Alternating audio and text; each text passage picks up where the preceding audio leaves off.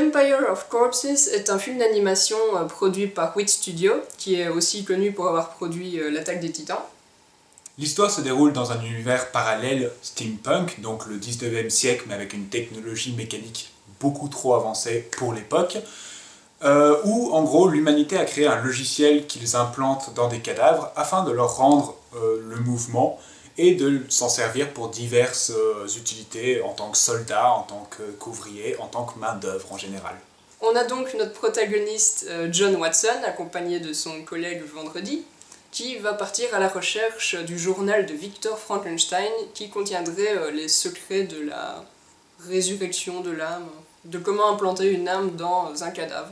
Alors clairement, avant de commencer, le plus gros point fort du film, aussi bien pour toi que pour moi je pense, c'est son univers et c'est la construction de son monde. Déjà, comme je l'ai dit, c'est steampunk et déjà rien que là c'est super. Le steampunk est vraiment un style tellement intéressant à regarder et où il y a moyen de créer des choses visuellement tellement nouvelles. Mélanger ces habits très propres et très beaux du 19e siècle et cette classe qui en ressort, tout ça mélangé à des machines gigantesques qui ont l'air extrêmement compliquées, où on peut vous montrer tous les engrenages et exactement comment ça marche, c'est toujours très intéressant visuellement et d'un point de vue de concept. Une autre chose dans la construction du monde qui est très intéressante, ce sont les cadavres, donc, qui ont des logiciels à l'intérieur d'eux-mêmes qu'ils appellent des nécromates, et qui est vraiment un concept plutôt fascinant. Pendant le film, je me rappelais que j'imaginais plusieurs situations dans lesquelles, effectivement, ces cadavres sont intéressants, et que le film montre d'ailleurs en tant que soldat, parce que bien sûr, vu que les cadavres n'ont pas vraiment d'émotion et d'âme, ils ne ressentent pas du tout la peur de mourir ou quoi que ce soit, et pour des tâches, il n'y a aucun moyen qu'ils se rebellent, parce qu'en soi, ils sont vraiment primitifs, ce sont des vrais esclaves, ils font ce qu'on leur dit de faire parce qu'ils ne savent pas réagir. Et aussi, dès le début, on nous montre plusieurs machines, des trucs ultra précis que du coup j'avais énormément envie de regarder, plus à défaut des sous-titres. En fait, j'étais tellement captivée par l'image que je me suis perdue un peu de temps en temps dans le fil de l'histoire. Et je te rejoins là-dessus parce que c'est vrai qu'il y a beaucoup de choses qui sont balancées dans le film, mais qui auraient mérité peut-être une explication plus approfondie, et qui malheureusement n'en ont pas eu droit. Vraiment à la fin de ce film, et je te l'ai dit, j'avais vraiment l'impression que ça aurait quand même sacrément mieux donné en série plutôt qu'un film de 2 heures, parce qu'il y a tellement de concepts, tellement d'endroits où ils vont, tellement de choses que le film essaye de montrer, qu'en soi, il n'y a pas assez de temps, ils n'ont pas eu assez de temps pour développer tout ce qu'il y avait développé, et que donc franchement, en une saison de 30-35 épisodes, il y aurait peut-être eu moyen de beaucoup mieux travailler ce monde. C'est vrai qu'à partir, disons, de la moitié du film, pour moi, il y a beaucoup de choses qui nous sont introduites et qui sortent un peu de nulle part et qui resteront inexpliquées. Enfin, on abandonne petit à petit l'univers du steampunk pour se diriger vers la magie. Le fantastique pur. Qui n'est pas le bienvenu pour moi. C'est surtout pour la fin où je trouve ça vraiment dommage parce que il y a tout qui part en sucette à tel point que c'est brouillon. Enfin, moi j'ai plus compris grand chose, je me disais juste je laisse un peu tomber et on verra ce que ça donne. Mais moi ce genre de choses brouillon c'était plutôt vraiment pendant tout le long du film en fait. Il y avait vraiment plusieurs choses qui étaient introduites et que j'avais tellement de questions. L'origine de ce personnage, qui l'a créé, d'où il vient, pourquoi est-ce qu'il est capable de faire ça, d'interagir avec tel personnage. Et ça va tellement loin qu'il y a des moments où je trouve que ça entache un peu la relation entre les personnages. Il y a vraiment plusieurs scènes où un personnage fait quelque chose et je ne comprends vraiment pas pourquoi est-ce qu'il le fait, il n'y a pas sa motivation derrière.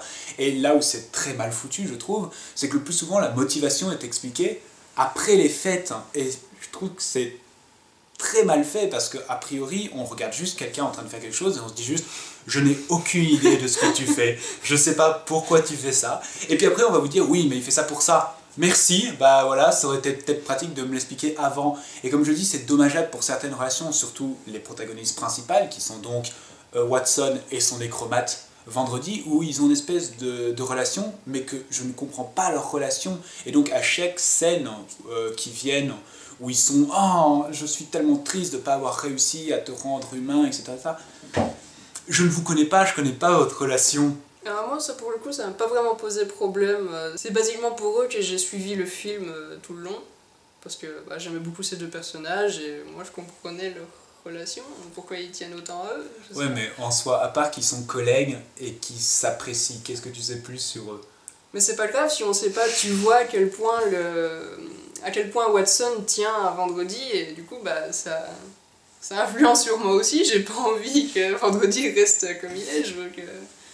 Moi, ça me suffit pas parce que bah, je sais pas depuis combien de temps est-ce qu'ils ont travaillé ensemble. Si ça tombe, ils se détestent pour le peu que ça. Je sais même pas, par exemple, s'ils sont en couple. Un truc aussi con qui paraît complètement sorti de nulle part. Si ça tombe, ils sont en couple, j'en sais rien. Le film ne me le dit pas, donc ouais. Et c'est là où moi ça me pose vraiment un problème par rapport à la fin, parce que toi tu dis que tu suivais le film pour ces deux personnages principaux et que tu les aimais bien, mais moi en fin de compte j'étais plus pour le méchant, que je spoilerai pas si vous voulez voir le film, mais c'est parce que ce méchant en soi a déjà eu 2 films auparavant, que j'avais justement vu 1 mois plus tôt, et moi j'étais trop pour le méchant quoi. Mais non. Et quand justement tu parles du fait que c'est à travers ce que disent les personnages que tu te dis mais si alors vu qu'ils disent ça je tiens avec tout ça, il y a d'énormes scènes d'exposition dans ce film. Effectivement, comme tu dis, il y a quand même beaucoup de scènes d'exposition. En gros, c'est des scènes où les personnages parlent, mais juste pour informer le public, parce qu'il n'y aurait aucun intérêt à ce qu'ils se disent ça entre eux. C'est des infos qu'ils connaissent déjà, donc c'est vraiment pour le public qu'ils expliquent ça, et ils font ça assez souvent. Par exemple, une des premières scènes, ils parlent un peu du journal. 2 personnages savent ce que contient le journal et ce que c'est. Et du coup, le Watson là explique ce qu'il y a dans le journal. Sauf que ça n'a aucun intérêt pour eux deux. C'est le genre de scène pour être sûr que le public suit bien. Et parce que en gros, le plus souvent, c'est pas vraiment pour vérifier si le public suit bien, mais c'est parce qu'on ne sait pas trop comment faire passer ça autrement qu'en ayant 2 personnages qui le disent. Ce qui fait qu'on a, comme tu l'as dit, beaucoup de scènes où ils s'installent et ils résument tout ce qu'on a vu, ou alors ils résument des choses que je savais même pas que c'était le cas. Il y a des fois où les personnages font des affirmations, oui, il est en train de faire ça parce que ça était là. Ah bon? D'accord. Donc c'est ça sa motivation? Ok, je te crois. Et ouais, c'est très particulier. Mais du coup, parfois, ça fait des espèces d'énormes parenthèses où les personnages regardent dans le vide et parlent pour nous expliquer. Pour un peu de positif, comme on pouvait s'y attendre, déjà de 1 parce que c'est un film d'animation et que donc il a forcément plus de budget, et de 2 parce que c'est produit par Wit Studio, donc ils ont déjà fait un travail assez satisfaisant sur l'Attaque des Titans. L'animation est plus que bien. Moi j'aime bien. C'est vrai qu'il y a vraiment, comme on l'a dit, plein de trucs visuellement très intéressants, ne serait-ce qu'avec le style steampunk. Et même à la fin, même si on n'est pas très pour la direction que ça a pris, plus d'un point de vue magie, on ne peut pas renier le fait que oui, la magie est très belle à l'image, ça crée des espèces de couleurs jaunes, et pas jaunes, vertes et bleues, et oui, c'est très joli, c'est juste que dans le principe ça rien à foutre là. Et puis même, on a quand même des plans que j'ai trouvé sublimes vers la fin, où on a une espèce de contre-plongée avec une machine énorme dans le fond, et moi je veux un poster de ça, c'est trop beau. Et donc pour conclure un peu notre avis à tous les deux, on a d'abord toi qui... Même si on a une fin où il y a certains événements, que je dois dire, qui passent du sublime à la connerie en un temps record, j'ai quand même apprécié le film et je le reverrai sans aucun problème, surtout grâce à son univers et à ses protagonistes. Moi je suis un petit peu plus mitigé parce que en soi, les 15 premières minutes du film, je bouffais du rêve et des concepts que je me disais qu'il y a moyen de faire des trucs de ouf avec ça. Et en fin de compte, je trouve qu'il rate toutes les opportunités et que ça devient juste un espèce de gros film de zombies. Ah gros, je te mords, tu deviens zombie. Et super quoi, il y avait tellement mieux à faire avec ces nécromates, je trouve. Ceci conclut cet Anime Time-ci. On peut déjà confirmer que le prochain qui arrivera probablement... dans 2 semaines, mais c'est vraiment très tard ça, ce sera Ajin, les 2 saisons qui sont déjà parues, et celui d'après, ce sera Attack on Titan saison 1, pour pouvoir faire ensuite l'Attack of Titan saison 2 quand elle sortira. Comme toujours, si vous avez aimé cette vidéo, vous pouvez l'aimer, la partager, vous abonner à ma chaîne et la partager également. J'ai une page Facebook, Twitter dans les liens de description, et je vous retrouve la prochaine fois, on vous retrouve la prochaine fois, pour une nouvelle critique. Tchuss.